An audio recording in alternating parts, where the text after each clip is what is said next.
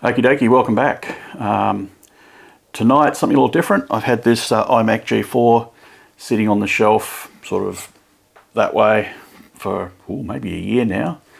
So I figured it was time to get it down, dust it off, see if it works. I don't know much about these machines, so we'll check, see if there's any batteries in it that I need to take care of, and see what sort of storage it's got, whether we can do any RAM upgrades from the magic box of RAM I've got over there. And yeah, just generally have a bit of a clean up, see what we can do with it. Maybe reinstall the operating system. I'm not sure whether this is the old school system or OS X. I think it might be OS X, but we'll see how we go. Yeah, let's hook in. So first things first, I reckon we try the smoke test. So I've got the power cord. It's one of those nice, I don't know whether it's Apple specific or not, but it's a nice flexible cord, and I don't know how old this cord is, but it hasn't gone stiff. It's not, it's just really nice sort of silicone-y cord. I like it. So yeah, smoke test. There's a button around the side.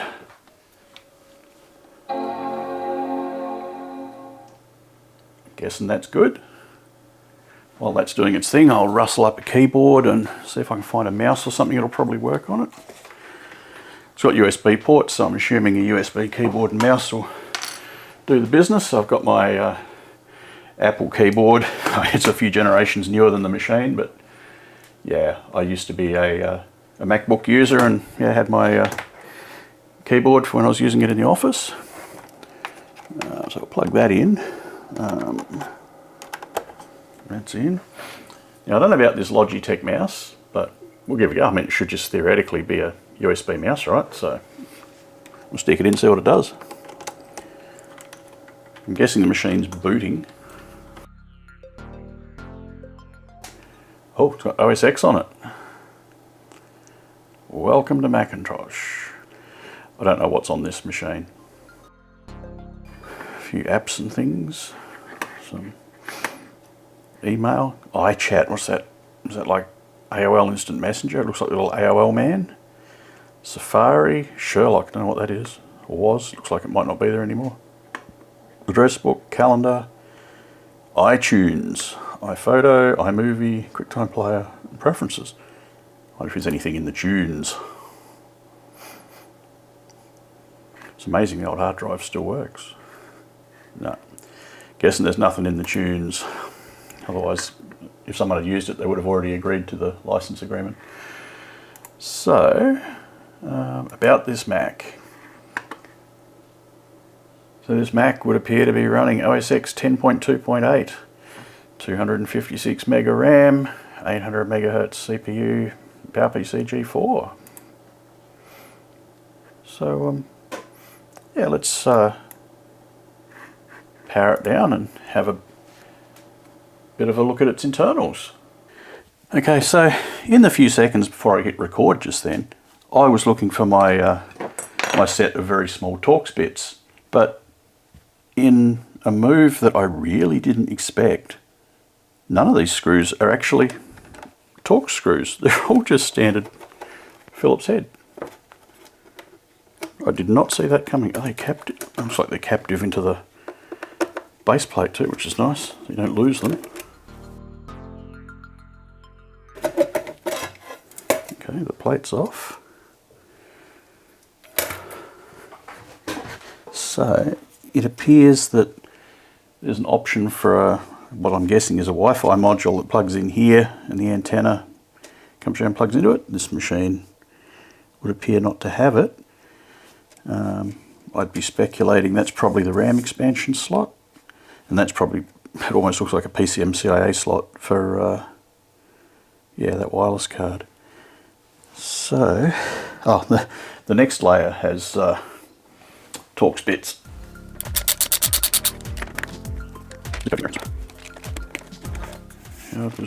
Right, the whole bottom comes off. That's why the screws were so long.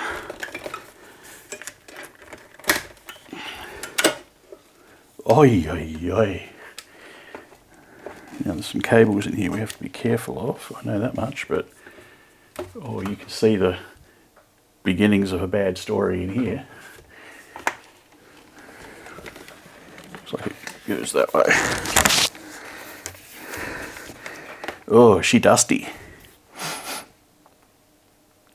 Oh, so I don't know if that slot we saw before was RAM expansion or not, because this is just a regular full-size RAM module there. And yep, we do have a battery down in here and amongst all that dust. Not quite sure what that module is yet. We'll have a look at that later. CD-ROM takes up like half the base. I'm not convinced this is going to be a good idea, but let's get the compressed air out.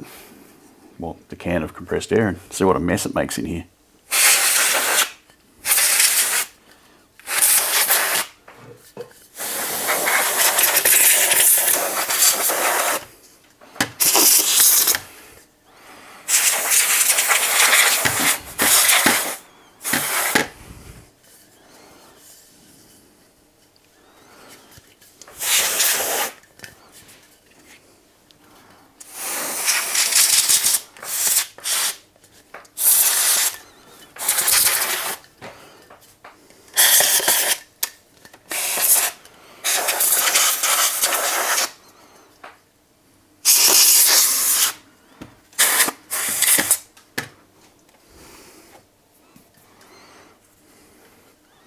Well, didn't make the biggest mess. Could have been worse. I'll have to burn the towel after I'm done. But anyway, so let's see if we can get this drive out. It should just be sitting there because I took the screws out already. Some famous last words, it should be sitting there, but it's caught on something. Oh, I wonder if it's caught on the CD tray. Or do you take this out back first?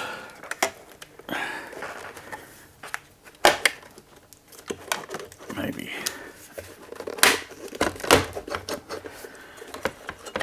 Oh, that's got it out. It didn't feel like the way it's supposed to be done though.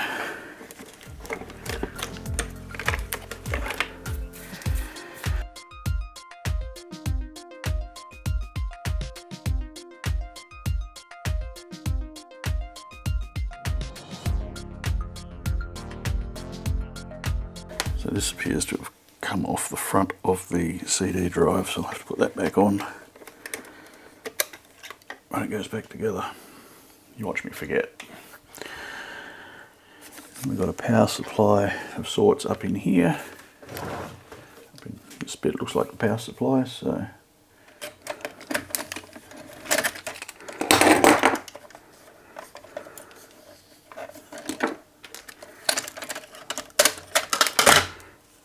must be a heatsink or something for under the board. And there we go. Well, it's half the power supply, the other half must be over here. Wonder how much crap's in that.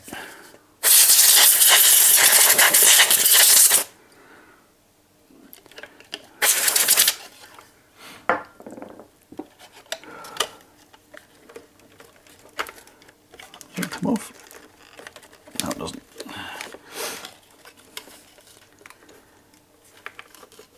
Well, the capacitors aren't bulging or anything silly like that. Not seeing any electrolyte down on the board or any other obvious signs that there is or was a problem here. See if we can get the other side out.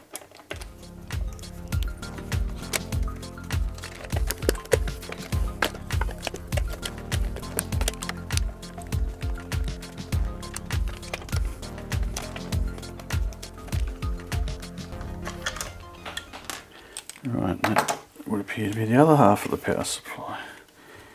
That's a decent size low profile cap.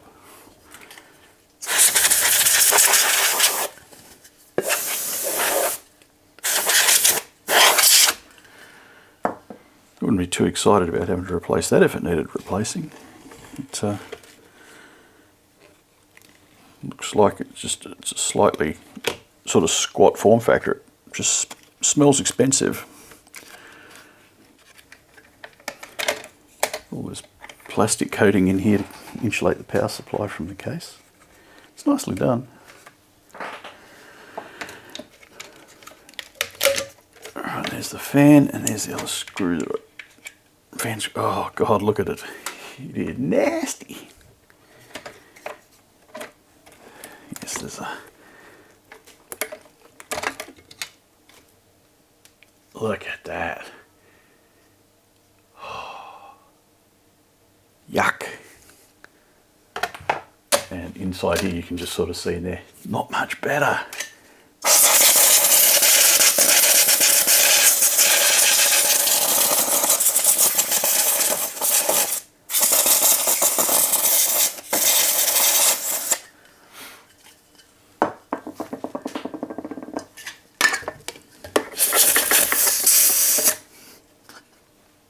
Gonna run out of air here.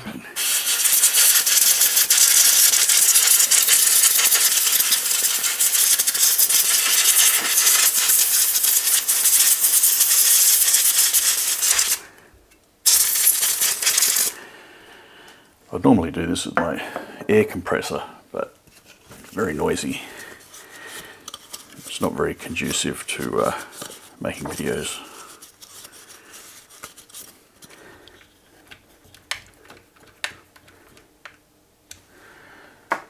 Right, so that's back in there. A little bit of a wipe at my workbench is going to need ploughing after this. Right, and that looks to be okay. Don't think we need to do anything there. Now I'm being a little bit, oh, I've got to plug this fan back in.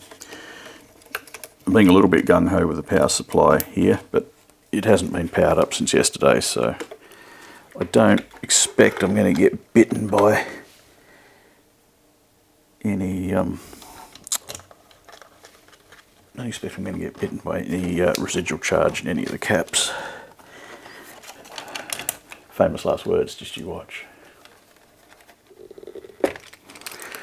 Right, so that's got that in there. I should be able to get the other side in.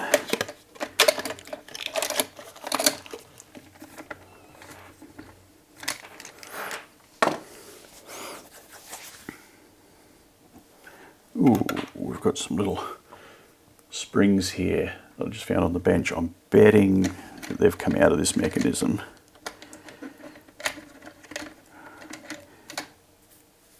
$64 question is how do they go back into this mechanism, but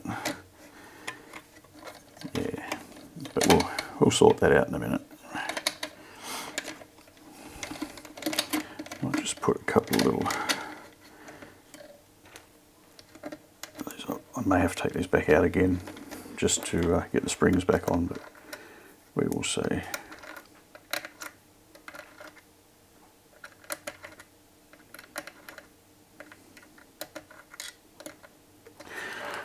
Right, so how do these springs go? It's got to pull it.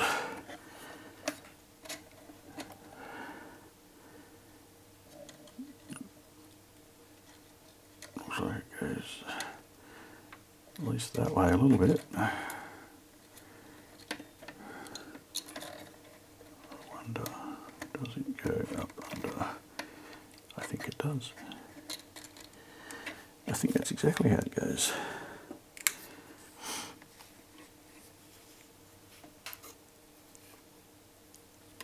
And this one goes in there and in.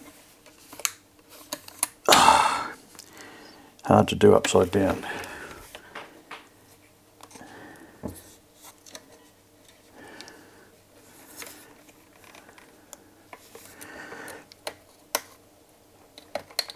There we go. I think we're in. Yeah. Right, so we're back together in there. So now I can put the other screw back in, I suspect.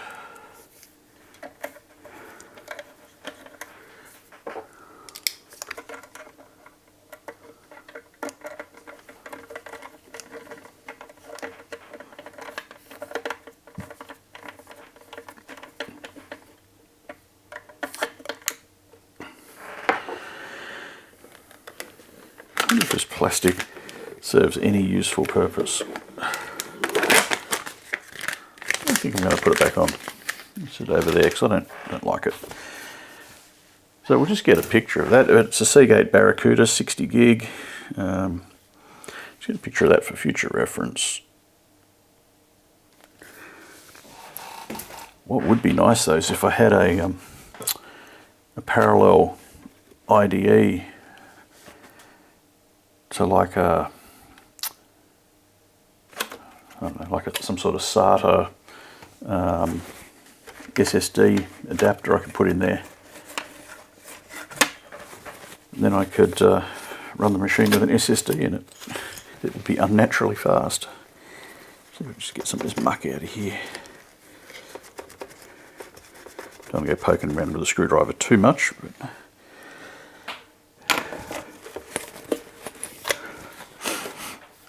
Alright, now I've got to try and get all this back in here. Oh, and I've got to put that back on. That stickery, that stuck on thing. Okay, so I've stuck that back on with a little bit of super glue because the glue on the tape was a little bit ordinary. So, we're back together now. We've got to try and just muck the bottom of this case out just a fraction because a lot of our muck went down in here. Cleaned it out.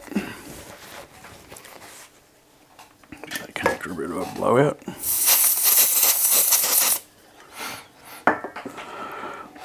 Alright, so we should be, our front panel stuck back on. We should be at the point now where we can somehow get this back in here.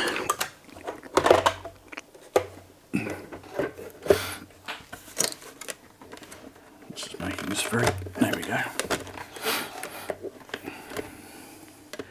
Let's get these couple of screws in and we'll just check that the CD drive opens and closes and does all the right things.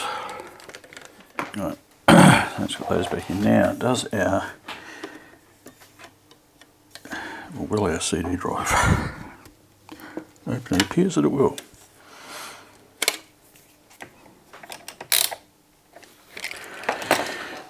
Righty-o. So now,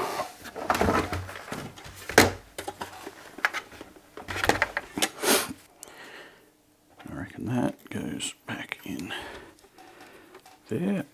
Because you can never have your earth screw too long.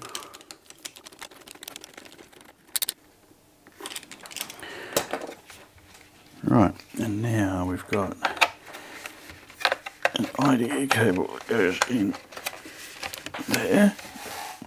There should be a power cable here somewhere. Yep. Power cable goes in.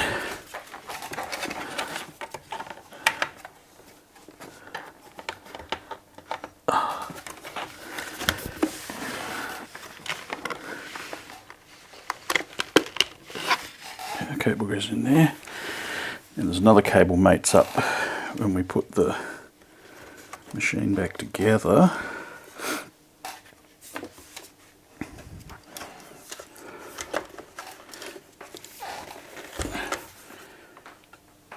A little bit of dust in there.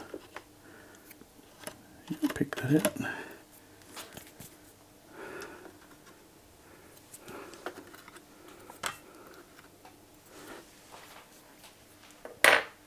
Now somehow I've got to get this cable to marry up.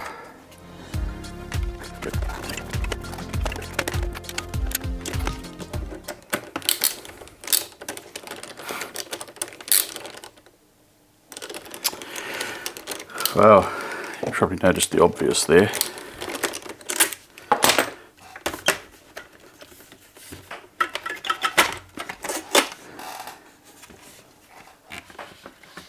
No RAM. So, the RAM module that came out of it's a PC133 256 meg. So, I do have some PC133. What have we got? PC133 512. So let's heat these plastic containers. Right, let's just quickly slip that in there.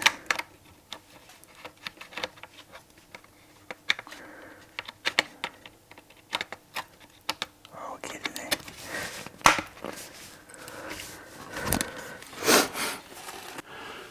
Okay, so I didn't put this little sucker back in. It's a Tadiran 3.6 volt lithium battery made in Israel. And a quick Google showed that there were some people that had some not so desirable experiences with these. They're supposed to be constructed in a way that doesn't leak, but apparently something happens around the base here and they do leak. And this one is dated from, where did I see it? I don't know if the camera will zoom in on that, but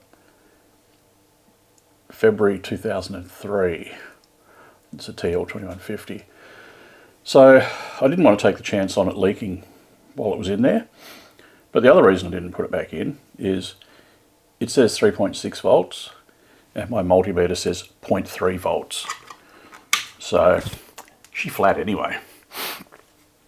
So I don't know what the Mac's going to think of not having a battery to back up its PRAM, but we're going to find out. Now, I was going to put some more RAM in here. Apparently it takes a PC133 SODIMM, which I just so don't happen to have. I've got all sorts of other SODIMMs that are that sort of form factor, but not PC133. So yeah, so I won't be putting any extra RAM in there for the time being. So next up, we'll put the lid back on. I'm not actually sure. I don't know whether it matters which way it goes on actually. So a couple of variables we've introduced here. I mean, we've taken it apart and put it back together and cleaned it out and what have you. But it's got different RAM in it to when I had it powered on before. It's got no PRAM battery that it did have before, so it'll be interesting to see what it does. So I'll give it a bit of a clean in a minute, but for now I just want to fire it up and see if it works. There's our power cord here over the back. Plug that in. So we might as well plug a keyboard in. Well, the mouse is already plugged in, the little dongle's plugged in. We'll plug the keyboard in and find them. No, there's the mouse. See what it does. Well, it's still dongs, so I guess that's good.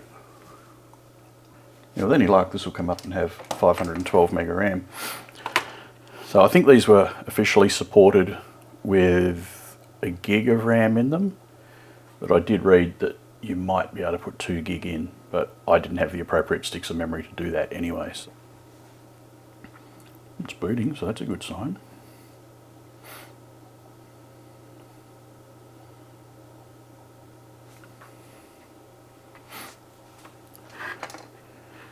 See what about this Mac looks like. 512 mega RAM, so our RAM worked.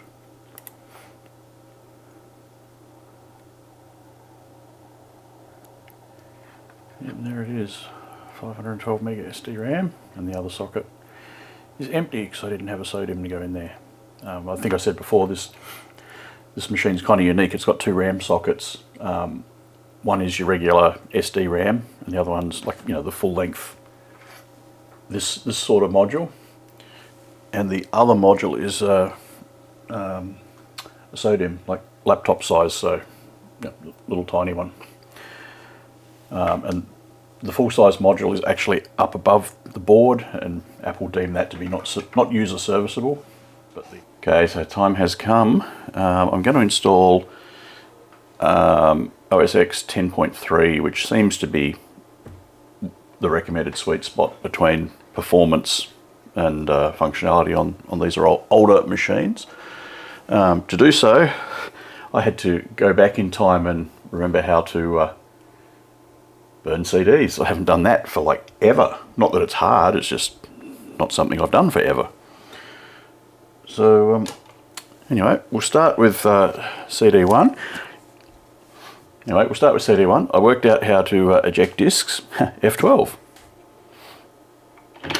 And out it comes. Not that you probably saw that, but out it comes. So I'll put the disc in. The disc in, F12 again, we'll even do that. Oh, you might have to hold it. Right, and what we're going to do is restart. I'm going to hold the Option key down. Oh, restart. Hold the Option key down while I do it. And that will enable me to pick the boot device when it reboots.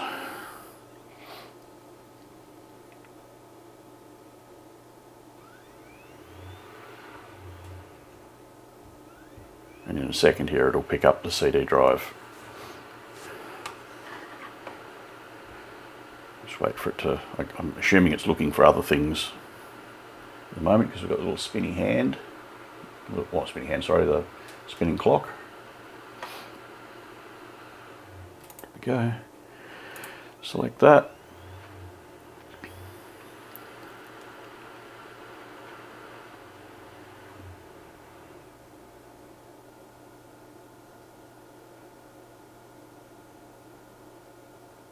And from here on in, I'm going to speed various parts of this install up because it will bore you to death if you sit and wait for it to install from a CD-ROM. So yeah, don't take the duration of this as how long it takes to install OS X on one of these machines because I've trimmed it down for the sake of brevity.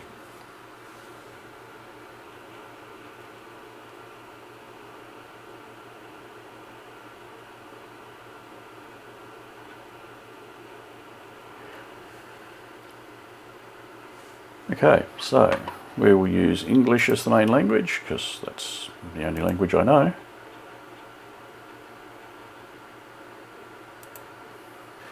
Of course I agree to the license terms because we all read those, don't we? Yes.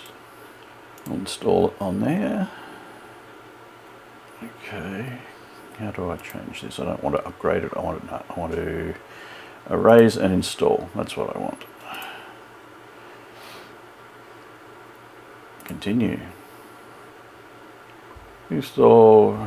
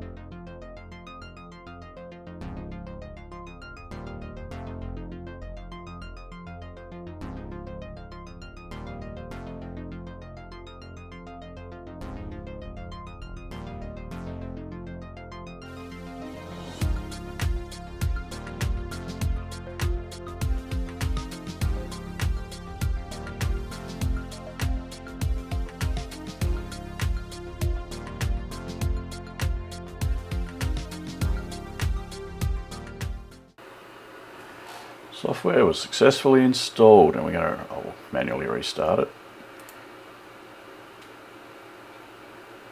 See what it does.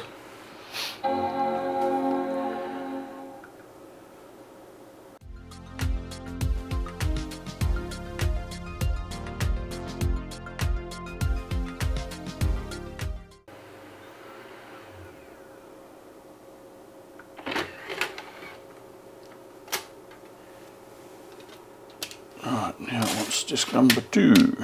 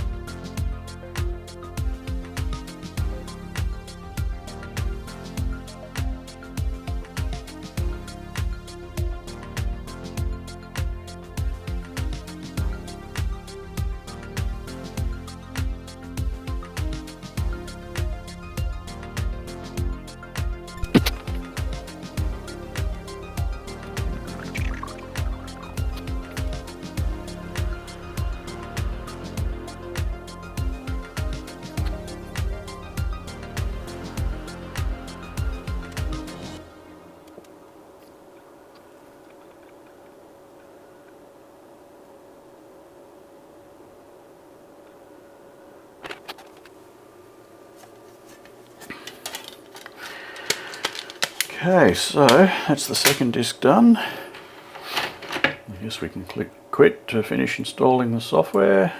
See what it does. I guess it's going to reboot.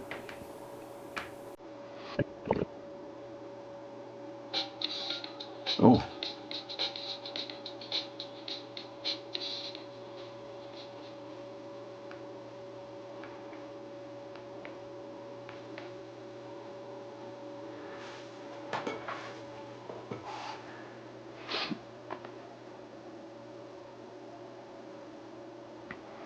I guess we'll say we're in Straya. I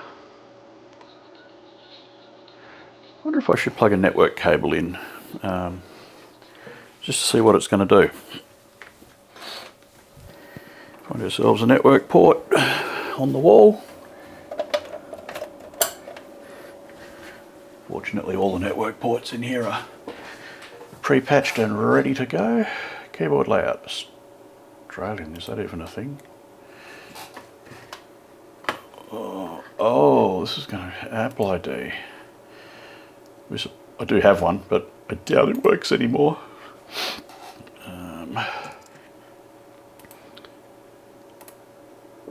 Just describes what I do. Let's say video film. Receive Apple News software. No, I would not. Create your account.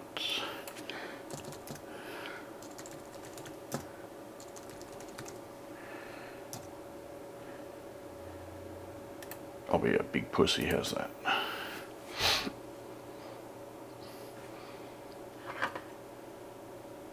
I'll use my existing internet service, thank you very much. How do I connect? Ethernet, of course. Yes, I do. Get Mac. Yeah, I don't think so, or .Mac. I don't think I want to do that. Connecting to Apple, and Apple's probably going to say, yeah, registration cannot be sent. Like, what on earth is this thing from wherever? What if I don't want to set up? Oh, okay, maybe I don't have to. Oh, look at that. Date and time. I don't think it's 1976, but that'll be because the battery's not in there. Now this is an interesting question. So this is American format? I'm guessing. What day is it today? So I think it's the 18th. It's not 6:48 PM, but it's near enough. It's going to lose it, I expect, when the machine's powered down anyway. Now, even though I've got an internet connection here, I suspect that the version of Safari is going to be so old that it won't be able to talk to anything on the face of the planet. But for a bit of a giggle, couldn't even establish a secure connection to Apple. No. Oh, I can't remember how to drive this thing. Anyway, I don't even reckon I can connect to my own website. Yeah. I need a you'll need a newer browser, and of course the App Store, I'm almost certain. So, software update. I'd be surprised if this works. Yeah. Yeah, that's going to be interesting. But anyway, okay, so that's the iMac G4. We've pulled it apart, we've cleaned it out, we've put it back together, we've booted it up, we've added more memory to it, we've reinstalled OS X, and yeah, I mean the browser, the version of Safari on there is so old that it won't talk to anything, so if I want to use it for something down the track, I'm going to have to find a browser that will still work on the modern internet, but also work on this older version of OS X. I went with that version of OS X purely because it seemed to be regarded as the best compromise between features and speed on a machine of this vintage. I could have cobbled on, I think 10.5 runs on these machines, but without a couple of gigs of memory, and even with a couple of gigs of memory, it would have been relatively slow. So I didn't choose to go that way. So yeah, we'll shut the little boy down, and hopefully we'll see him again at some point in the future. But until next time, cheers, bye.